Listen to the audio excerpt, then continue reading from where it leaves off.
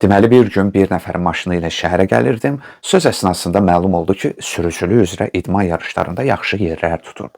Peşəkar olsa da qayda-qanuna riayət edirdi. Mərifətli insan idi. Lakin gördüm ki, çox stres, əsəb içindədir. Enerjisi məni vururdu. Buna rəğmən qəfil gözləri doldu. Qəlbinin istirabını dilə gətirməyə başladı ki, namaz qılmaq istəyir. Canamazını salsın, Allahla razı niyaz etsin. Lakin əsəb pozuntusundan, hövsələsizliyindən utanır. Bəzən insana belə gəlir ki, o mütləq ya peyğəmbər namazı qılmalıdır, ya da heç qılmamalıdır. Lakin şeytan belə mirvari, cövhər insanları yaxşı tanıyır. Bilir ki, onlar yaxşı adamdılar. Sadəcə özgüvənlərini aşağı salır ki, sən namaza layiq deyilsən. Vəsvəsədir bu, əzizlərim. Allah bizdən sadəcə itaət istəyir.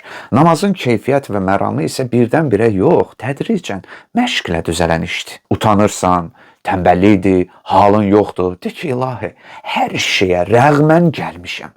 İtaət göstərirəm. Bütün bu çirkinliyimə rəğmən gəlmişəm. Kim olsaydı məni qovardı, sən qovmazsan. Nəql olunub ki, Peyğəmbərə şikayət etdilər ki, filan kəs namaz qılır, lakin nadürüst adamdır. Həzrət buyurdu ki, işiniz olmasın, bir gün qıldığı namaz onu günahdan saxlayar.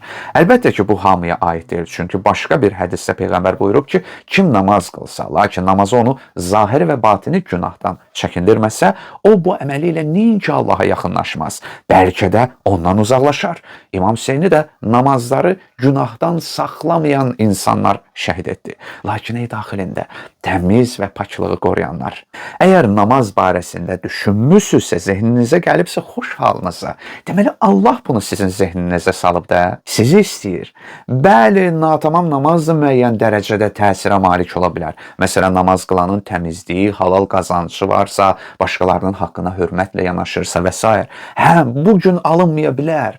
Amma unutmaq lazım deyil ki, gün ərzində Allaha müəyyən qədər vaxt ayırmasaq, həyat bizim başımızı elə şeylərə qatacaq ki, bir də ayılacağıq ki, vaxtı, ölüm gəldi, artıq keçdi.